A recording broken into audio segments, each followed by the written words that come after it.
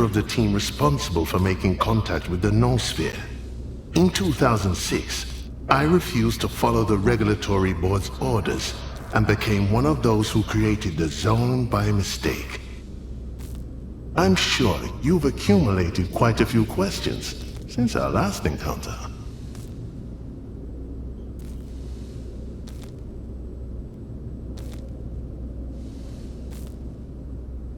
We've come so far, but I still don't understand how you've been carrying out your plan all this time.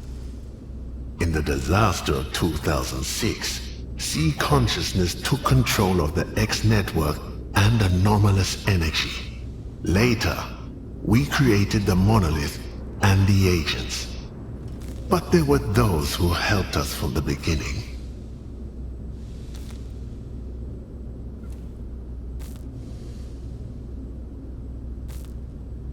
Korshunov told me about your agents. He claimed they pose a threat to the mainland. What's their true purpose? Everything we created has served one purpose: the successful realization of the Shining in the future. The creation of agents has been fully justified. Thanks to them, you're on our side.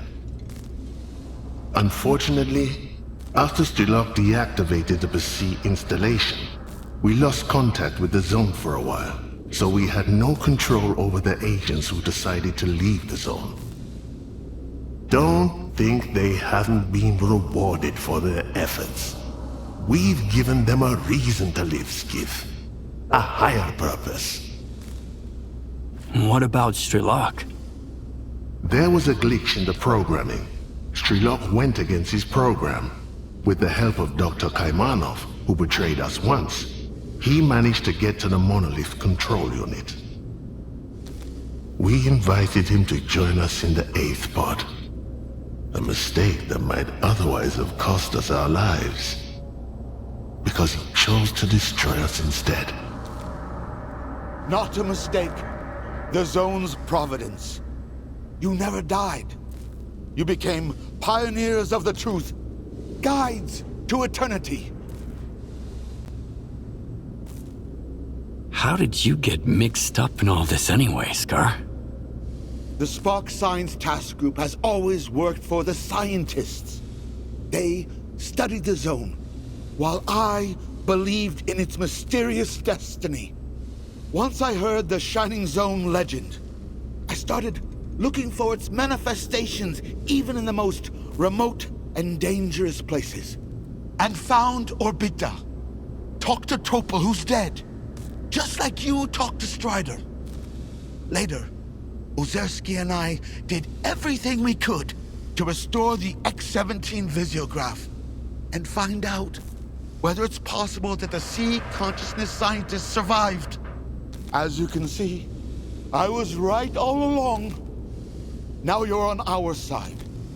The zone's providence has always shown us the right path.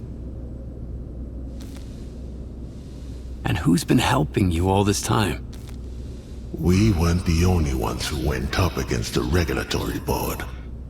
After Project X was frozen, some of our former employees decided to continue research under our guidance. They called themselves MDST.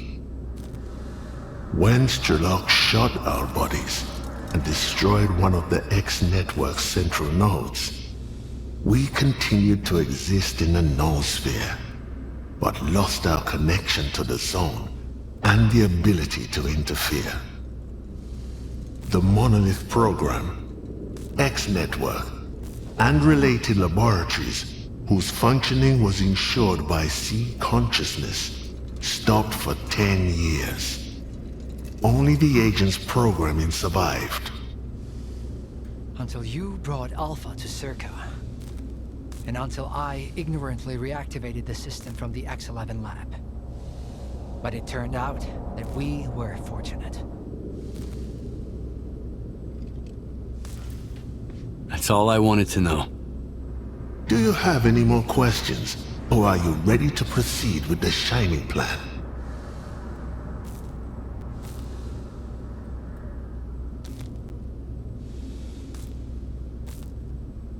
So at some point, you decided to go against the regulatory board. Why? The regulatory board, a group of influential people behind Project X, wanted to use our work to gain control over the noosphere with the help of a generators network all over the planet. But they wanted it only for themselves. We couldn't let that happen. As long as there is darkness in humanity, there will be people like them. Our original plan was to remove this darkness. That's how C consciousness came into being. During the experiment, there was a breakdown, and the noosphere energy rushed to the Earth, creating an anomalous zone. Thanks to it, we got new opportunities and developed the Shining Project. I've heard about induced illusions being part of the S.T.A.L.K.E.R program. I wasn't completely sure if subtle matter was real or if you were just a holographic projection. The S.T.A.L.K.E.R program does indeed exist, but its function differs from what you might imagine. It doesn't generate illusions, but rather enables the exchange of data with the noosphere. This is what made our communication possible. What do I need to do to make sure the Shining becomes a reality? First, we need to restore the connection between the center and the generators. It can only be done manually at the generators, so you'll have to make your way there through the Dead Valley. I'll do my best to teleport you as close as possible, but the teleportation system is currently unstable, so you'll need an experimental Project X suit. I'll give you the coordinates. Once the connection is restored, we'll need another piece of the puzzle. A mediator, a human being, who will act as an intermediary between the zone and the noosphere.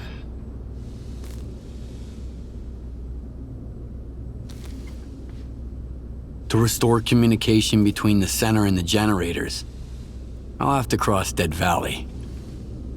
How do I do that? Now that the navigator is operational, the emissions in the Dead Valley are becoming more frequent. The entire zone is in flux. New anomalies are emerging everywhere, and secure routes are vanishing. Only the Shining has the power to reverse this process. But fear not. The valley is only truly dangerous for the Ward and those who seek to destroy the zone. Not for you. Walk without fear, and you'll reach your destination. And be the first to witness real miracles. Who's gonna become the mediator between the zone and the noosphere? Bringing the Shining to life would be impossible without you, Skiff. However, the role of the mediator requires someone with Class 5 PC protection. A single person wouldn't have sufficed in the past, but now, with C consciousness manifested as subtle matter, we can enhance the connection from the other side. Scar's mind exhibits an exceptional resistance to emissions. That's why the responsibility of resurrecting us falls on his shoulders. One might say, he was born for it. I've always known. We are on the verge of achieving our goal, and thanks to you, we can now attain it.